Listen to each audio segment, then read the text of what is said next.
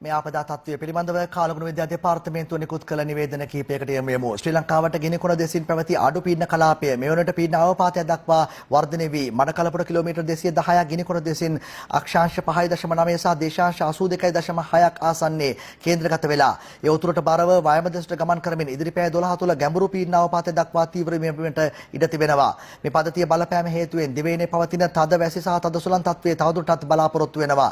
කාලගුණ විද්‍යා දෙපාර්තමේන්තුව මගින් මේ සම්බන්ධ නිකුත් කර නිවේදන ගැන අවධානයෙන් සිටින ලෙස ඔවුන් ප්‍රකාශ කරනවා. දිවයිනේ පොහෝ ප්‍රදේශවල අහස වලාකුළින් බරව පවතින අතර විටින් විට වැසි හෝ ගිගුරුම් සහිත වැසි ඇති වෙනවා.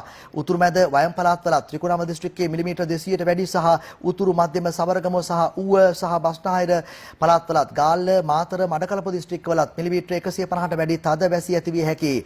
දිවයිනේ සෙසු ප්‍රදේශවල ඇතැම් ස්ථානවලට මිලිමීටර් 100ට වඩා තද වැසි ඇති විය හැකියි. දිවයිනේ බොහෝ ප්‍රදේශවල විටින් විට හමන සුළඟ පැයට කිලෝමීටර් 60-70 දක්වා වැඩි විය හැකියි. තද වැසි සහ තද සුළං මගින් සිදුවන අනතුරු අවම කර ගැනීමට අවශ්‍ය පියවර ගන්නා ලෙස ජනතාවගෙන් කාරුණිකව ඉල්ලා සිටිනවා. ඒ අතරින්ම මේ වාර්තාවේ සටහන් කරන්නේ ශ්‍රී ලංකාවට ගිනිකොන දෙසින් අඩු පීඩන කලාපය මේ වන විට පීඩන අවපාතය දක්වා වර්ධනය වී මඩකලපුව සිට කිලෝමීටර් 210ක් දෙසට ගිනිකොන දෙසින් ගමන් කරමින් පවතිනවා. ඒ නිසා දිවන වටාවන ගැඹුරු සහ නගමෙරු මුහුදු ප්‍රදේශවල දීවර සහ නාව කටයුතු වලින් වැළකී සිටින ලෙස දැනුම් දී තිබෙනවා. දීවර සහ නාවික කටයුතු වල යෙදෙන ප්‍රජාව කාලගුණ දෙපාර්තමේන්තුව විසින් මේ සම්බන්ධයෙන් නිකුත් කරන ඉදිරි නිවේදන පිළිබඳව අවධානයෙන් සිටින්න.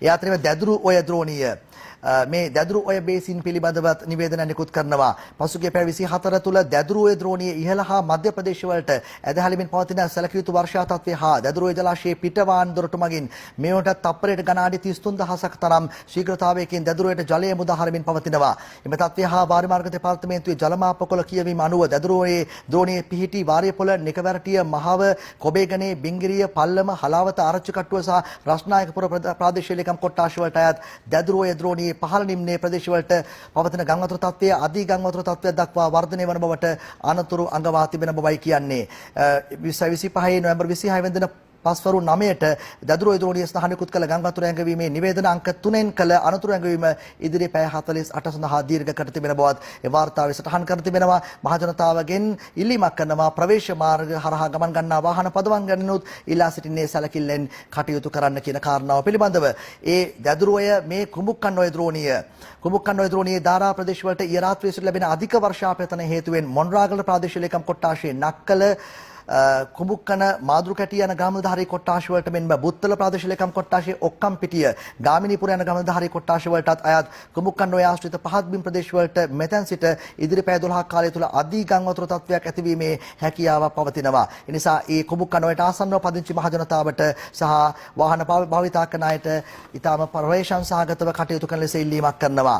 මේ අතරේ මෙමු කැලණි ගංග ද්‍රෝණියේ ඉහළ දහරා ප්‍රදේශ වලට සැලකිය යුතු වර්ෂාපතනයක් ලැබී තිබෙනවා. එම වර්ෂා තත්ත්වය සහ වාරි මාර්ග දෙපාර්තමේන්තුව මගින් කැලණි ගංග ද්‍රෝණිය තුල නඩත්තු කරන ලබන ගංගා ජලමාපකොළ ජලමට්ටම් විශ්ලේෂණය අනුව මෙතෙන් සිට ඉදිරි පැය 24 කාලය තුල රුවන්වැල්ල ප්‍රාදේශීය ලේකම් කොට්ටාශට අයත් කැලණි ගංගා නිම්නයේ පහත් බිම් ප්‍රදේශවල සුළු ගම් වතුර තත්ත්වයක් ඇති විය හැකි බවට අනතුරු අඟවා තිබෙනවා. මේ තත්ත්වයෙන් දැඩි සැලකිල්ලක් යොමු කරන ලෙසත් එම් ප්‍රදේශවල පදිංචි මහ ජනතාවගෙන් සහ ප්‍රදේශීය හරහා ගමන් ගන්නා වාහන පදවන්නන්ගෙන් ඉල්ලීමක් කරනවා.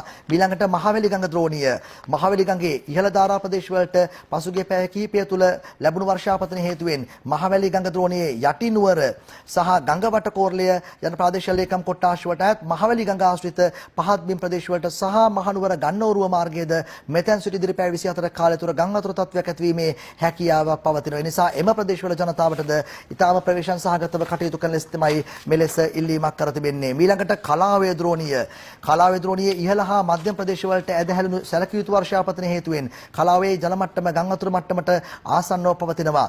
තවද රාජාංගනේ ජලාශයේ පිටවාන්දුරට විවෘත කර මෙරට තප්පරයට ගණාඩි 14370ක් තරම් ශීඝ්‍රතාවයකින් කලාවට ජලය මුදා හරමින් පවතිනවා. මේ වන විට ජලාශයට ලැබෙන ජල ධාරිතාව අනුව මේ ප්‍රමාණය ඉදිරියේදී තවදුරටත් වැඩි විය හැකියි. මේ තත්ත්වය මත ද්‍රෝණීය පිහිටි රාජාංගනය නොචියාගම වනාතවිල්ලුව සහ කරුවල ගස්වැවන ප්‍රාදේශීය ලේකම් කොට්ටාශ වලට ගම් වතුර නිම්නයේ ඉහළ ප්‍රදේශ වලට ගම් වතුර තත්ත්වයක් ඇති විය හැකි බවට අනතුරු අඟවමින් තිබෙනවා. ඊළඟට නිල්වලා ගංගා ද්‍රෝණියේ දාරා ප්‍රදේශයන්ට ලැබෙන පවතින වර්ෂාපතනය හා ගංගා ද්‍රෝණියේ ඇති ජලමාපොකල දත්යන් සලකා බැලීමේදී දැනට පවතින ගම් වතුර තත්ත්වය පහළ ප්‍රදේශවලදී තවදුරටත් සුළු වශයෙන් වැඩි වනු ඇති. එම නිසා ගම් වතුර තත්ත්වය ආවෘතිය ගංගා ද්‍රෝණියේ පහළ ප්‍රදේශවලට ඇතැම් ස්ථානවල තවදුරටත් වර්ධනය වී හැකි බැවින් 21 දින පෙරවරු පසුර 11ට නිල්වලාගඟ ද්‍රෝණිය සඳහා නිකුත් කළ ගං අතුරු අනතුරු ඇඟවීමේ නිවේදන අංක 1 සඳහන් කළ අනතුරු ඇඟවීම ඉදිරි පැය 48 සඳහාද දීර්ඝ කර තිබෙනවා. මේ සම්බන්ධිනොත් දැඩි ලෙස සැලකිල්ලෙන් කටයුතු කරන ලෙස තමයි මේ ඉල්ලීමක් කර තිබෙන්නේ.